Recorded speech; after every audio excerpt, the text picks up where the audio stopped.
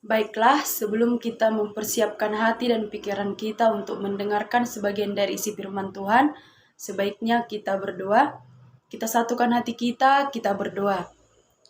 Segala puji dan syukur kami panjatkan kepadamu Tuhan, berkat anugerah yang masih senantiasa Kau limpahkan pada kami.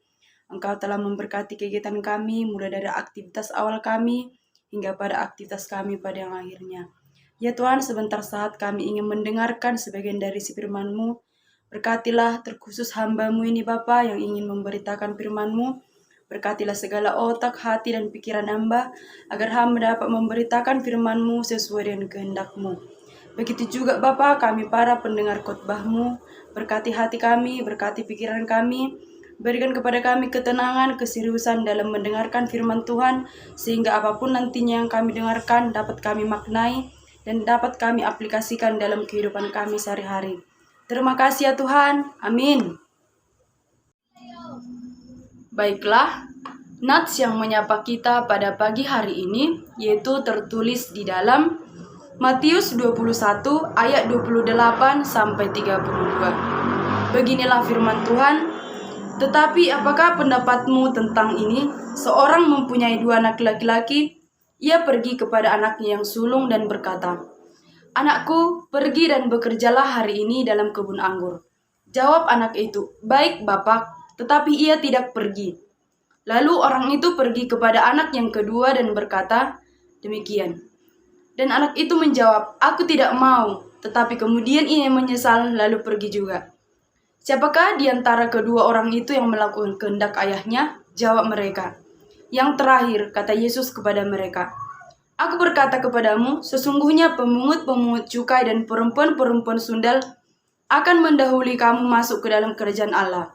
Sebab Yohanes datang untuk menunjukkan jalan kebenaran kepada kamu, dan kamu tidak percaya kepadanya. Tetapi pemungut-pemungut cukai dan perempuan-perempuan sundal percaya kepadanya. Dan meskipun kamu melihatnya, tetapi kemudian kamu tidak menyesal, dan kamu tidak juga percaya kepadanya." Demikian firman Tuhan yang menjadi tema kita pada pagi hari ini, yaitu berbahagialah orang yang mendengar dan melakukan firman-Nya. Nah, di sini materi atau poin pertama yang dapat saya simpulkan yaitu bebas memilih karakter. Sebelumnya kita harus mengetahui, nats ini adalah pengajaran Yesus kepada orang banyak di bait Allah. Pada saat itu Yesus didatangi iman-iman kepala dan tua-tua bangsa Yahudi. Mereka berdiskusi dan bertanya kepada Yesus, "Siapakah yang memberitakan kuasa padamu untuk menyembuhkan orang sakit dan menguruskan bait Allah, serta kuasa mengajar kepadamu?" Tuhan Yesus mengerti apa latar belakang dan tujuan pertanyaan-pertanyaan itu, yaitu hanya untuk mencari kesalahan dari Yesus sendiri yang nantinya dapat dipergunakan untuk mempersalahkan Yesus di hadapan masyarakat dan di hadapan pemerintah. Nah, biasanya pengajaran Yesus di bait Allah itu melalui perumpamaan-perumpamaan yang dengan tujuannya adalah agar lebih mudah diserap dan dimengerti para pendengar, bahkan untuk diimani oleh para pendengar. Salah satu perumpamaannya yaitu yang menjadi topik kita hari ini, yaitu perumpamaan tentang 2 orang anak. Seorang bapak mempunyai 2 anak laki-laki. Kepada anak yang sulung, si bapak berkata, "Anakku, pergi dan bekerjalah hari ini ke kebun anggur kita." Tetapi si anak menjawab, "Baik, Pak," tetapi ia tidak pergi. Lalu si bapak pergi kepada anak yang kedua dan berkata, sama seperti kepada anak yang pertama. Lalu si anak kedua menjawab, "Aku tidak mau," tetapi kemudian dia menyesal dan dia pergi juga. Dari gambaran kehidupan 2 bersaudara ini, dapat kita simpulkan atau dapat kita pahami kehidupan itu terjadi pada masa kehidupan Yesus, dan juga kita tidak boleh luput bahwa sampai saat ini itu masih terjadi pada kehidupan yang sekarang. Misalnya, ada 2 hal jenis pemikiran manusia. Yang pertama, ada manusia dengan mudah mengiyakan namun tidak melakukan apa yang sudah disetujuinya. Namun, ada juga manusia yang selalu protes terlebih dahulu atau menolak terlebih dahulu, dan kemudian setelah dia menyadari dan dia memahami kemudian dia menyesal dan dia melakukannya. Untuk kedua sikap manusia ini, Yesus bertanya kepada orang-orang banyak, karakter siapakah dari dua orang di atas yang patut untuk ditiru? Yesus membuat konklusi atau kedua karakter tersebut.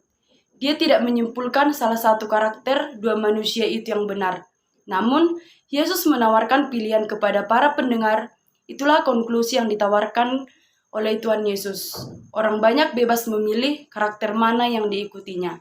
Oleh karena itu, kita bebas menentukan pilihan kita. Kita bebas memilih karakter mana yang harus kita ikuti. Baiklah, kita masuk pada ayat 31 dan 32. Beginilah firman Tuhan, siapakah di antara kedua orang itu yang melakukan kehendak ayahnya? Jawab mereka, yang terakhir. Kata Yesus kepada mereka, Aku berkata kepadamu, sesungguhnya pemungut-pemungut cukai dan perempuan-perempuan sundal akan mendahului kamu masuk ke dalam kerajaan Allah. Sebab Yohanes datang untuk menunjukkan jalan kebenaran kepadamu, dan kamu tidak percaya, tetapi pemungut-pemungut cukai dan perempuan-perempuan sundal percaya kepadanya. Dan meskipun kamu tidak melihatnya, tetapi kemudian kamu tidak menyesal dan kamu juga tidak percaya kepadanya. Nah, di sini materi yang dapat kita simpulkan itu yaitu tentang pertobatan. Sebenarnya Yesus sungguh rindu untuk melihat hati para pemuka Yahudi untuk menyadari mereka akan dosa-dosa mereka sendiri, bertobat dan menerima belas kasihan para perempuan-perempuan dan pemungut-pemungut cukai dengan rendah hati bertobat, dan ia berjanji bahwa mereka akan masuk ke dalam kerajaan Allah. Lebih menggembirakan lagi adalah bahwa mereka akan memberikan janji sedemikian kepada mereka yang telah mengabadikan dirinya guna untuk menolong kehidupan umat Allah. Misalnya membantu kehidupan orang yang sedang susah, atau misalnya para pemungut cukai membantu orang fakir-fakir miskin. Nah, di sini kita sebagai umat Allah, selagi kita terus menjalani masa-masa sekarang ini, baiklah kita memeriksa hati batin kita dan kita harus bertobat atas dosa-dosa kita. Selagi kita bisa melakukannya, kita akan melihat belas kasihan Allah dan kuasa-Nya yang mengubah diri kita. Penyesalan yang mengarah pada keinginan untuk melakukan apa yang dikatakan oleh Allah adalah kebutuhan yang sangat dibutuhkan pada saat ini. Mungkin saat ini kita perlu mengoreksi diri kita. Seberapa seringkah kita mengaminkan perkataan-perkataan Tuhan Yesus, namun sangat enggan melakukannya? Bahkan ketika kita diperhadapkan pada keadaan sukacita, dunia, atau kesulitan yang baik dan benar, bagaimanakah cara kita menyampaikan keluh kesah kita pada Tuhan? Nah, di sini kita harus memanfaatkan waktu dan kita harus belajar untuk mengerti satu sama lain dan kita harus bertobat akan dosa-dosa kita. Sesuai dengan tema kita pada hari ini, yaitu berbahagialah orang yang mendengar dan melakukan firman-Nya. Kehendak Bapa mutlak dilakukan oleh segenap orang Kristen. Melakukan kehendak Bapa adalah bukti kepercayaan umat Kristen kepada Yesus yang dipercayainya dapat melakukan segala sesuatu dalam kehidupannya. Karena ini menyangkut iman dan kepercayaan.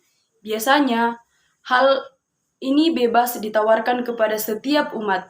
Oleh karena itu, pengajaran yang disampaikan oleh Yohanes Pembaptis, pengajaran yang memaparkan mengenai jalan kebenaran yang harus dimengerti, dihayati, diikuti oleh orang banyak. Di sini kita harus memahami bahwa pengajaran yang diterapkan oleh Yohanes Pembaptis itu merupakan pemaparan mengenai jalan kebenaran yang harus kita mengerti, kita hayati, dan bahkan harus kita terapkan. Yesus menyampaikan bahwa hal mengenai jalan kebenaran ini sudah disampaikan dan diketahui oleh para ahli Taurat. Namun mereka tidak mempercayainya karena mereka berpikirkan bahwa iman tidak dapat diperhadapkan dengan logika dan cara pikir dan hal yang pasti. Oleh karena itu, janganlah kita seperti para imam-imam Taurat yang setengah hati mempercayai Yesus Kristus dan setengah hati lagi tidak mempercayainya. Baiklah, demikianlah khotbah yang dapat saya sampaikan pada pagi hari ini. Baik, hendaklah kita dapat menerapkannya di dalam kehidupan sehari-hari. Kita dapat memilih karakter mana yang harus kita pilih, dan kita harus memiliki sifat menyadari akan dosa-dosa sendiri. Setelah kita menyadari dosa-dosa kita, baiknya kita bertobat dan tidak melakukan kesalahannya lagi. Dan untuk berorang tua, hendaklah kita mematuhi perintahnya, karena kita mengetahui dan kita harus menyadari betapa besarnya cinta kasih seorang ayah itu kepada anaknya. Baiklah, demikianlah khotbah yang dapat saya sampaikan. Sebelum menutup kegiatan kita pada hari ini, kita satukan hati kita berdoa. Kembali kami mengucap syukur Bapa, berkat anugerah yang masih senantiasa Kau limpahkan. Engkau telah memberkati kegiatan ibadah kami ini Tuhan. Engkau telah memberkati hamba dalam memberitakan firman Tuhan. Sedikit dari sebagian yang hamba beritakan, Engkau berkati itu Bapa, berkati kami para pendengar, agar kami dapat mengaplikasikannya dalam kehidupan kami sehari-hari.